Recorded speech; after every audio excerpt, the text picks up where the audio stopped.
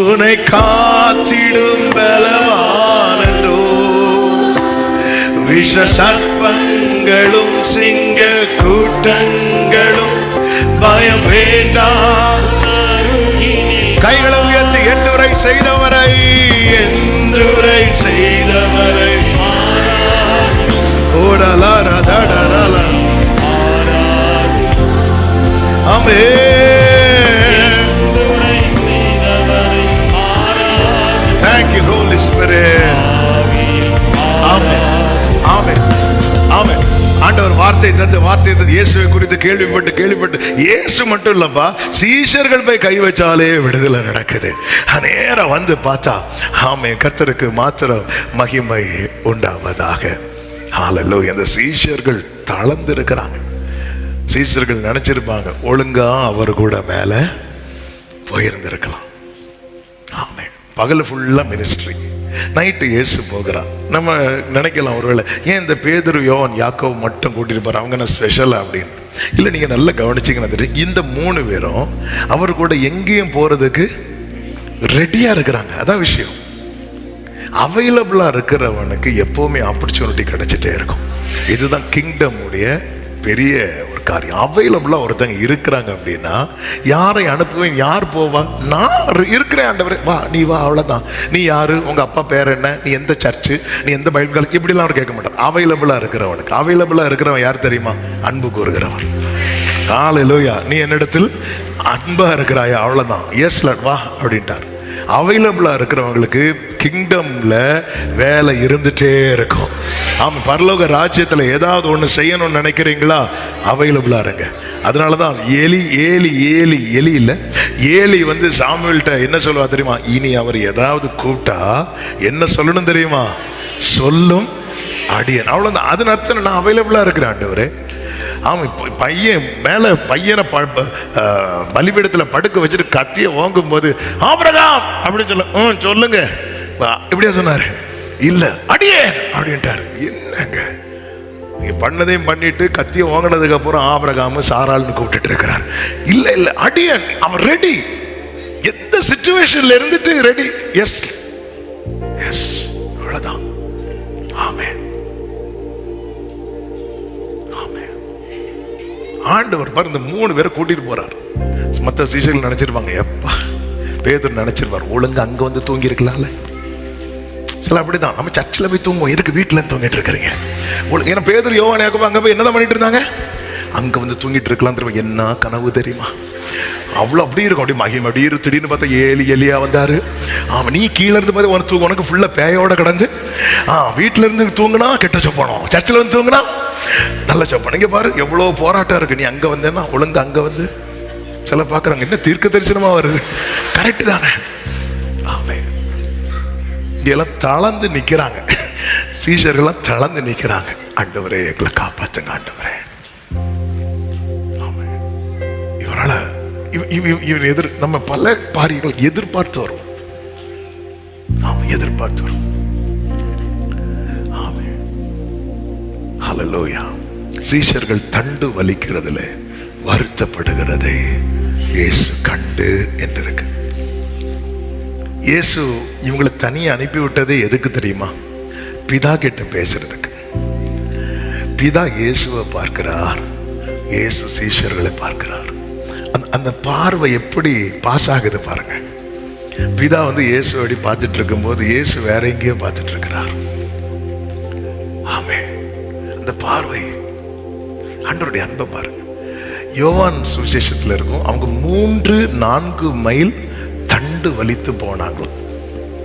மார்க்ல இருக்கும் தண்டு வலிக்கிறதுல வருத்தப்படுகிறது. அதாவது ஒவ்வொரு மைல் தாண்ட பிரச்சனை முடியும்னு பார்த்தா இன்னும் கொந்தளிப்பு இருந்துட்டே இருக்கு. 3-4 மைல், ஒரு 6-7 கிலோமீட்டர் கிட்ட இவங்க டிராவல் பண்ணி வந்து இதுக்கு மேல முடியாது அப்படிங்கிற நிலைமை வரும்போது இயேசு அங்க வராரு. தாவீதுடைய குவாலிட்டி என்ன தெரியுமா? உண்மையிலே தாவீதை தேற்றுறதுக்குன்னு யாருமே கிடையாது. தாவீதுக்கு அப்பா உண்டு, அம்மா உண்டு. ஃபியூச்சர்ல அம்மா இருந்தாங்களான்னு தெரியல. சகோதரர்கள் உண்டு, 7 சகோதரர்கள் உண்டு. இவங்கள ஒருத்தங்க கூட தாவீதை தேற்றினதா தெரியல. தாவீதுக்கு பால் கொடுக்கும்போது தாய் தேற்றி இருக்கிறாங்க. தாய் நிறைய வசனம் சொல்லி இருக்கிறாங்க. அதான் சொல்லுவேன், நான் என் தாய்ப்பாலை குடிக்கும் போதே உன் பேரில் நம்பிக்கையா இருக்க வைத்தீர், நான் உம்முடைய சார்பில் விழுந்தேன். மார்போடு அந்த தாய் தாவீது குழந்தையா இருக்கும்போது சேர்க்கும் போதே அவனுக்கு நல்ல நம்பிக்கையை ஊட்டிட்டாங்க. ஏன்னா அந்த அம்மாவுக்கு தெரியும் ஃபேமிலி சிச்சுவேஷனை பார்த்து, இந்த பையனை தூக்கி விடுறதுக்கு இந்த வீட்டில் யாரும் கிடையாது. ஆனா இவனை தூக்கி விடுற ஒருத்தரை குறித்த நம்பிக்கையை இவனுக்கு பால் கொடுக்கும் போதே ஊட்டி விட்டாங்க. அவ்வளவுதான். அவன் யாரும் கிடையாது. ஒரே ஒரு ஃப்ரெண்டு மட்டும்தான் கொஞ்ச நாள் இருந்தான். அவன் பேர் என்ன தெரியுமா? யோனத்தான். ஆனா அந்த யோனத்தானோடு தாவீது டைம் ஸ்பெண்ட் பண்ணதை விட ரியாலிட்டி என்னன்னா சவுல் கூட தான் ரொம்ப ஸ்பெண்ட் பண்ண வேண்டி இருந்துச்சு. நம்ம லைஃபும் அப்படிதான். ஆமென். சில டைம்லாம் ஐயோ இவங்களா வேண்டாம்னு நினைப்போம் பாருங்க. சர்ச்சுக்கு போனாலும் அவங்க தான் பக்கத்தில் இருப்பாங்க. வீடு மாதிரி போனாலும் அந்த வீட்டு ஓனரா அவங்கள தான் இருப்பாங்க. ஆமென். எந்த கம்பெனியில் சேர்ந்தாலும் அவங்க தான் அங்கே இருப்பாங்க. சிலர் நம்ம யோனத்தான் கூட ரொம்ப நாள் ஓடலான்னு பார்த்தா நம்ம ஓடுறது ஃபுல்லாக யாரு கூட தான் இருக்கு தெரியுமா? சவுல் கூட தான் இருக்கு. சில சகோதரர்களுடைய மனநிலைமை புரிகிறது. கர்த்தர் உங்களை ஆசீர்வதிப்பாராக. ஆமே. ஆனா தாவீதுக்கு பிளஸ் என்ன தெரியுமா? அவன் தன்னை தேற்ற பழகினான். நல்லா புரிஞ்சுக்கோங்க. நம்ம சூறை செடிகளை படுத்தாலும் எப்பவுமே தூதன் வரணும்னு கிடையாது. தாவீதுக்கு ஒரு நாள் கூட தூதன் வந்து தேற்றுனதை பார்க்க முடியாது. நம்மளை தூதன்லாம் வந்து தேற்றுவான்னு சொல்லிட்டு பார்த்துட்டு இருந்தீங்கன்னா அப்புறம் நம்மளை சுற்றி இருந்து பார்ப்பாங்க, அது வேற. ஆமாம், எப்போ வரன்னு தெரியும். ஆனால் நம்மை தேற்ற பழகணும். என் ஆத்துமாவே நீ ஏன் கலங்குற?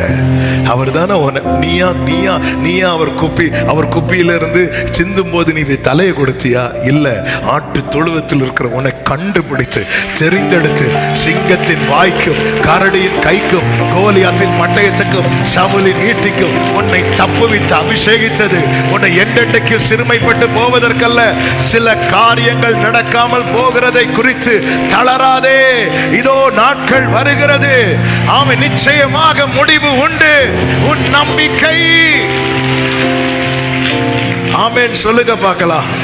ஒரு மழையும் தோராதிருந்திட்டில்ல, ஒரு காற்றும் அடங்காதிருந்திட்டில்ல, ஒரு ராவும் புலராதிருந்திட்டில்ல, ஒரு நோவும் குறையாதிருந்திட்டில்ல, திரமாலையில் ஈச்செருத்தோணியில், திரமாலையில் ஈச்செருத்தோணியில், அமரத்தின் அருகே அவருள்ளதால் ஒரு மழையும் தளராதே சகோதரா, தளராதே சகோதரி. ஹல்லேலூயா. ஆமென்.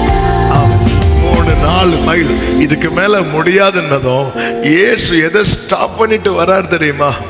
பிதாவோடு உள்ள கான்வர்சேஷனை ஸ்டாப் பண்ணிட்டு வரார். அவருக்கு ரொம்ப பிடிச்சது, அது ரொம்ப பிடிச்சது என்ன தெரியுமா? அப்பா பக்கத்துல இருக்கிறது. அதான் கொள்ளையாடின பொருளா என்ன அவருக்கு ரொம்ப பிடிச்சது. அந்த கிரீடங்களோ அல்லது எல்லாரும் இதெல்லாம் இல்ல, அப்பா பக்கத்துல இருக்கிறது, அப்பா கூட பேசுறது. ஆனா அவருடையவர்கள் அந்த விசுவாச ஓட்டத்துல ரொம்ப ஸ்ட்ரகிள் பண்றாங்கன்னு தெரிஞ்சதும் அவருக்கு ரொம்ப பிடிச்சதை ஸ்டாப் பண்ணிட்டு ஆமா வராருன்னா அவர் நம்ம மேல வச்ச அன்பு. ஹல்லேலூயா.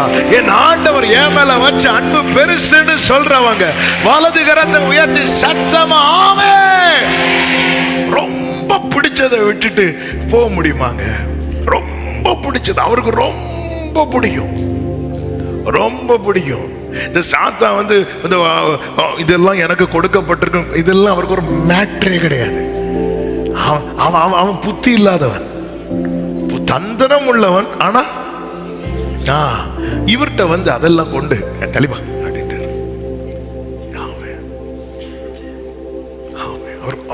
ரொம்ப இயேசுக்கு ரொம்ப பிடிச்சது என்ன தெரியுமா?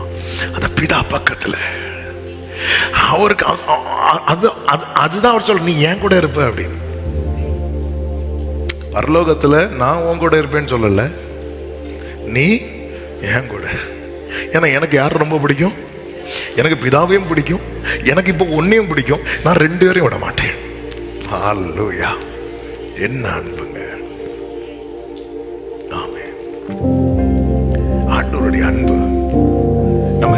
ஐயோ நான் நினைச்சேன் இந்த காரியம் எனக்கு தடைப்பட்டுட்டு ஆண்டவர் என்ன நேசிக்கல, இந்த காரியம் எனக்கு கிடைக்கல, ஆண்டவர் என்ன, நம்ம இப்படியே வச்சிட்டு இருக்கிறோம். இதெல்லாம் எவ்வளோ, இதெல்லாம் இது அறியாமை. ஆண்டவரே மேல நீங்க வச்ச அன்பு பெருசுப்பா. உங்க அன்பு பெரியது, உங்க இரக்கம் பெரியது, உங்க கிருபை பெரியது. மூன்றாவதாக, அவிசுவாசத்துக்கு இடம் கொடாதிருங்கள். அவிசுவாசம் வரும். சில காரியங்கள் 9 பரிசுத்தவான்கள் 9 அப்போஸ்தலர் சேர்ந்து ஜெபம் பண்ணியும் இன்னும் அவனை அந்த பிசாசு அலக்கழிச்சிட்டு தான் இருக்குன்னு சொல்லும் போது நமக்கு என்ன வரும்? அவிசுவாசம் வரதான் செய்யும். 1 ஆகஸ்ட் 2 ஆகஸ்ட் இல்ல, என்னைக்கு இங்க ஆகஸ்ட் ஜெபம் தொடங்கிச்சோ அன்னையிலேருந்தே நாங்க இருக்கிறோம். இன்னும் எங்களுக்கு எப்பத்தாவும் பொய்யாச்சு. எங்களுக்கு இன்னும் வாசல் திறக்கலன்னு வரும்போது என்னதான் வரும்? அவிசுவாசம் வரும். இடம் கொடுத்துறாதீங்க. ஏன்னா அந்த சந்தேகம் இருக்குல்ல, சந்தேகம், ஒருவன் சந்தேகத்தோடு கேட்டா அவரிடத்திலிருந்து பெற்றுக்கொள்ளவே முடியாது. ஏன்னா சந்தேகத்தோடு கேட்கிறவன், யாக்கோபு 1:6 எப்படி சொல்லப்பட்டிருக்கிறது? காற்று சந்தேகப்படுகிறவன் காற்றினால் அடிபட்டு அலைகிற கடலின் அலைக்கோப்பா இருக்கிறான். சில அலையெல்லாம் பார்த்திருக்கீங்களா? அப்படி பெருசா எழும்பி வரும்போது கரையில் நிக்கிறவங்க ஓடுவாங்க, ஆனா கரைக்கே வராது. அது கரைக்கே வராது. ஏன்னா காற்று என்ன பண்ண தெரியுமா? அது ஒண்ணு இல்லாம ஆக்கிறோம். இந்த சந்தேகம் என்ன தெரியுமா செய்யும்? நம்முடைய ஜெபத்தை, நம்முடைய விண்ணப்பத்தை ஆண்டவர் சமூகத்திலே கொண்டு போய் சேர்க்காது. இதான் விஷயம். சந்தேகம் நம்முடைய ஃபெய்த் பரலோகத்துக்கு ரீச் ஆகாது. சந்தேகம்ங்கிற காற்றை அடிச்சுட்டே இருக்கும். அப்ப சந்தேகம் வரும்போது அதுல இருந்து வெளியே வர என்ன செய்யணும்? பேதுரு பண்ணார்ல, இந்த தகப்பன் பண்ணார்ல, என்ன? ஆண்டவரே என்னை ரட்சியும், ஆண்டவரே என் அவிசுவாசம் நீங்கும்படி எனக்கு உதவி செய்யும். பேதுருக்கு சந்தேகம் வந்துச்சு, கடல்ல மூழ்கிறான். சந்தேகம் வர காரணம் என்ன? காற்று இன்னும் அடித்து கொண்டே இருக்கிறது. இந்த தகப்பனுக்கு சந்தேகம் வர காரணம் என்ன?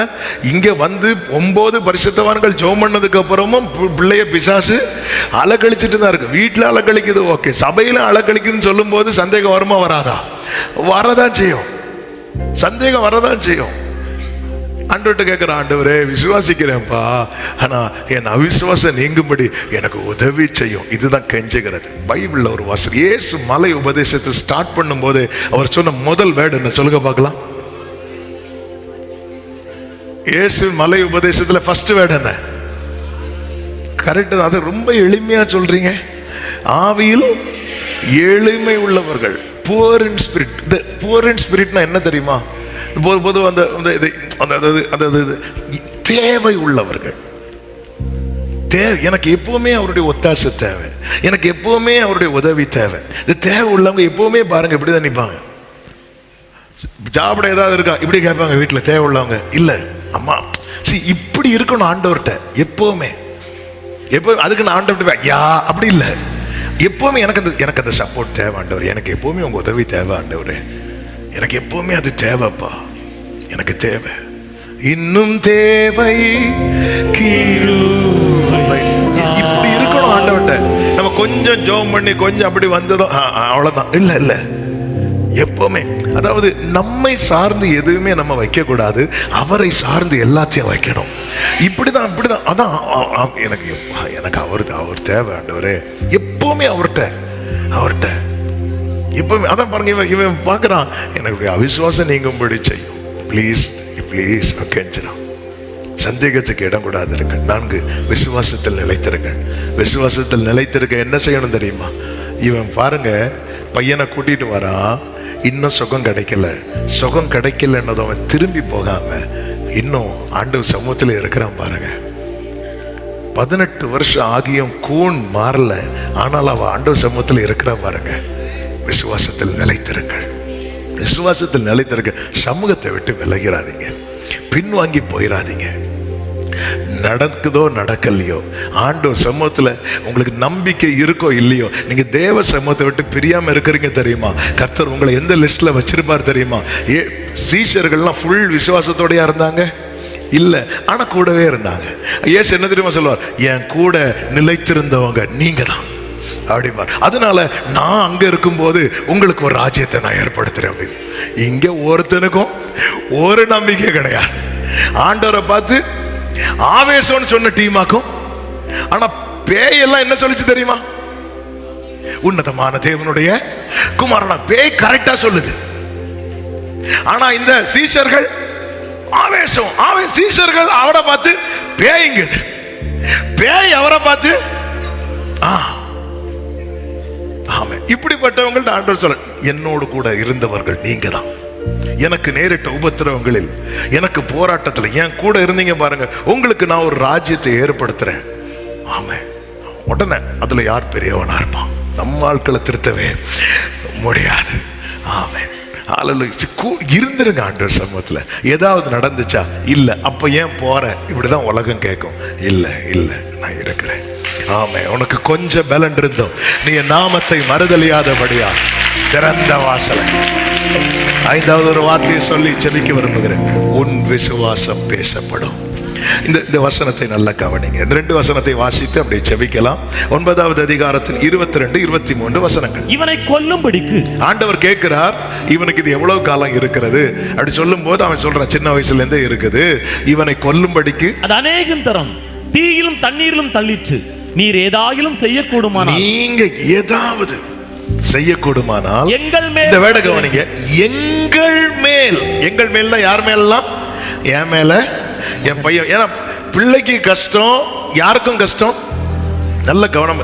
தகப்பனுடைய கஷ்டம் பிள்ளைக்கு கஷ்டமா மாறுமான்னு கேட்டா 90% இருக்காது. ஏன்னா தகப்பன் தன் கஷ்டத்தை பிள்ளைங்களுக்கு தெரியக்கூடாதுன்னு பார்ப்பான். ஆனா பிள்ளையின் கஷ்டம் இருக்கு தெரியுமா? அது யாருக்கு ரொம்ப கஷ்டம் தெரியுமா? தகப்பனுக்கு கஷ்டம். ஆமே. அதனாலதான் எங்களுக்கு, எங்கள் மேல் மனம் இறங்கி எங்களுக்கு உதவி செய்யும் அப்படிங்கிற சொல்லும் போது இயேசு சொல்றாரு, அவனை நோக்கி நீ விசுவாசிக்க கூடுமானால் ஆகும் அப்படிங்கிற. அதன் அர்த்தம் என்ன தெரியுமா? இதுக்கு விசுவாசம் தேவை. ஆண்டவர் எங்களுக்கு, அப்ப நீங்க விசுவாசிக்க கூடுமானால் சொல்லி இருக்கலாம். இல்ல, நீ விசுவாசிக்க கூடுமானால், நீ விசுவாசிக்க கூடுமானால். இப்பதான் அவன் கத்துறான். என்ன கத்துறான் தெரியுமா? ஆண்டவரே, அப்போ என்னுடைய விசுவாசம் தான் என் பிள்ளை சுகம் ஆகிறதுக்கு, என் பிள்ளை எழும்புறதுக்கு, என் பிள்ளைக்கு ஒரு நன்மை கிடைக்கிறதுக்கு தடையா இருக்குதா ஆண்டவரே? நான் தான் தடையா இருக்கிறேன் ஆண்டவரே. என்னுடைய நான் நினைச்ச இந்த 9 அப்போஸ்தலர்கள் தான் தடைன்னு பார்த்தா இது அவங்க பிரச்சனை இல்ல, இது அவன் பிரச்சனை இல்ல, இது ஏன் பிரச்சனை ஆண்டவரே. ஆண்டவரே, என் அவிசுவாசம் நீங்கும்படி உதவி. இப்ப அவன் உதவி பிள்ளைக்கு கேட்கல, இப்ப அவன் உதவி அவனுக்கு கேட்கிறான். எதுக்கு தெரியுமா? ஆண்டவரே, இந்த அவிசுவாசத்திலிருந்து நீங்க என்ன தூக்கி எடுத்தீங்கன்னா இந்த போராட்டத்திலிருந்து என் பிள்ளை எழும்பிடுவான், இந்த நெருக்கத்திலிருந்து என் பிள்ளை எழும்பிடுவான். ஆமென், ஆமென், ஹல்லேலூயா. லாசரு மரித்து அடக்கம் பண்ணப்பட்டு 4 நாள் கழிச்சு இயேசு வருகிறார். இயேசு வருகிற செய்தியை கேட்டு மார்த்தாள் ஓடி வராங்க. இயேசு வீட்டுக்கே வரல. இயேசு எங்க நிக்கிறார்னா மரியாள் ஓடி வருகிற வழியில நிக்கிறார். ஏன்னா மரியாள் 3 நாளா ஓடி போறான். ஓடி வீட்டுல இருந்து திடீர்னு ஓடுவா. எங்க ஓடுவா? கல்லறைக்கு ஓடுவா. இயேசு வருவார் நம்பிக்கையோட, வரல, திருப்பி போயிட்டா. திருப்பி ஓடுவா. இப்படி 3 நாள் ஓடி ஓடி 4வது நாள் உட்கார்ந்துட்டா மரியாள். இனி ஏன்னா ஓடி ஓடி விசுவாசத்தோட ஓடி எனக்கு என்னதான் கிடைக்கிறது? ஏமாற்றம் தான் கிடைக்கிறது. உட்கார்ந்து இருக்கும் போது இயேசு அங்கேயே நிற்கிறார் அந்த வழியில.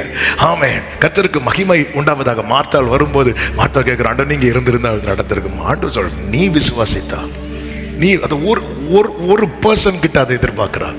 அந்த குடும்பத்துல ஒரு பர்சன் கிட்ட எதிர்பார்க்கிறா. அவ ஆனாலும் பிடி கொடுக்கல. கடைசி நாளில் இங்க பாரு, வீட்டுல ஒருத்தி உட்கார்ந்து இருக்கிறாள், அவள்கிட்ட போய் சொல்ல. நேத்து ஓடுறா மரியாள், 3 நாள் ஏமாற்றம், 4வது நாள் ஓட வேண்டாம் முடிவில் உட்காந்துட்டா. அவ காதுல போய் மார்த்தா சொல்றா, போதகர் வந்திருக்கிறார், உன்னை அழைக்கிறார். எடுத்தா பாருங்க ஓட்டம். வீட்டுல இருந்தவங்க என்ன தெரியுமா நினைச்சாங்க? இவன் எங்க போக போறான்னு? கல்லறைக்கு. உண்மையில இவன் 3 நாளும் கல்லறைக்கு இதே போல ஓடி இருக்கிறான். ஓடி போனது அழுவதற்கல்ல, இயேசு அங்கே வருவார். ஏன்னா லாசரு வியாதியா இருக்கும் போதே இன்ஃபர்மேஷன் இயேசுவுக்கு கொடுத்தாச்சு, அவன் நிச்சயம் வருவார். 3 நாள் போறா, வரல. 4வது நாள் போகல, உக்காந்துட்டா. அவன் இந்த இடத்துல அவ வரணும், மரியாள் வரணும். உன் விசுவாசம் பேசப்படும். நீ போய் மரியாளை கூட்டிட்டு வா. மரியாள் ஓடி வந்ததும் எங்க விழுந்தா தெரியுமா? அவர் பாதத்துல விழுந்தா. பாதத்துல விழுந்து ஒரு பக்கம் தன் வேதனையை சொல்லி அழுதாலும் இன்னொரு பக்கம் அவளுக்கு நம்பிக்கை.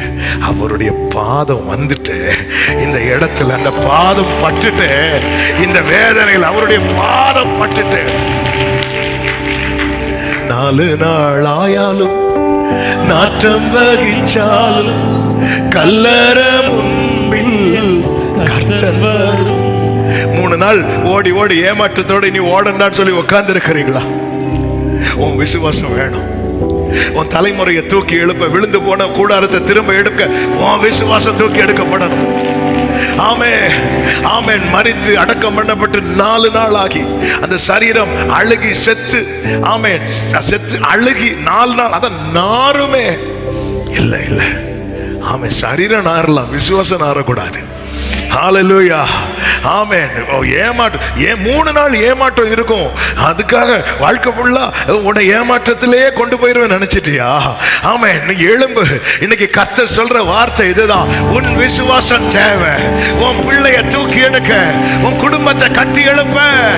ஓ ஆமென். இன்னைக்கு எத்தனை பேர் ஆண்டவர்கிட்ட, ஆண்டவரே எனக்கு உதவி செய்யுங்க ஆண்டவரே. இப்போ ஆண்டவர் அவனை தூக்கி எடுக்கிறார். அதன் பிறகு ஒரு வசனத்தை வாசித்து ஜெபிக்கலாம். லூக்கா 9:42. அவன் சமீபித்து வருகையில் பிசாசு அவனை தள்ளி. இதே சம்பவம் தான் லூக்கால இருக்கு. அந்த வசனம் இன்னும் கொஞ்சம் அழகா இருக்கும், அதனாலதான் அந்த வசனத்தை எடுத்தேன்.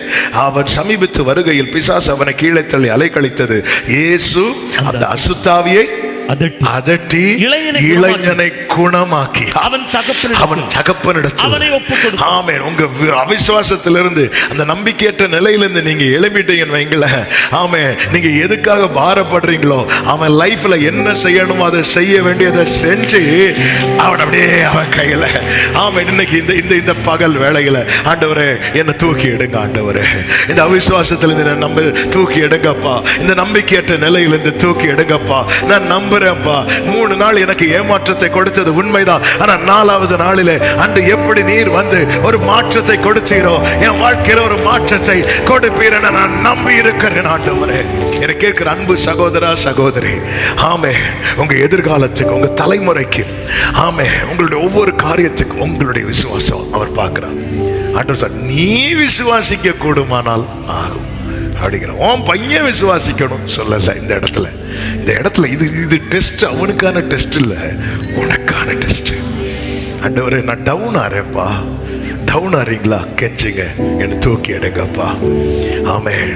அவர் விழுகிற யாவரையும் தாங்கி மடங்கடிக்கப்பட்ட யாவரையும் தூக்கி விடுகிறார். இன்னைக்கு நம்பிக்கையோடு ஒப்பு கொடுத்து விசுவாசத்தோடு புறப்பட்டு செல்லுங்கள். எப்படி அந்த மகனை கர்த்தர் குணமாக்கி கொடுத்தாரோ, உங்க ஃபியூச்சரை கர்த்தர் குணமாக்குவார். உங்க தலைமுறையை கர்த்தர் குணமாக்குவார். உன் பிள்ளைகள் கர்த்தரால் போதிக்கப்பட்டு உன் பிள்ளைகளுடைய சமாதானம் பெரிதா இருப்பதை நீ காண்பாய். உன் கூடாரத்தில் மீண்டும் களிப்பின் சத்தம், மணவாளனின் மணவாட்டின் சத்தம் கேட்கிறதை நீ காண்பாய். ஆமென். சொல்லுங்க பார்க்கலாம். எல்லாரும் எழுந்து நிற்கலாமா? കാണുന്നു ഞാൻ വിശ്വാസത്താൽ എൻ മുൻപിൽ ചെങ്കടൽ രണ്ടാകുന്നു. കാണുന്നു ഞാൻ. എല്ലാരും എഴുന്നേറ്റ്, എല്ലാരും വിശ്വാസത്തോടെ നല്ല കൈകളെ തട്ടി പാടുவோம்.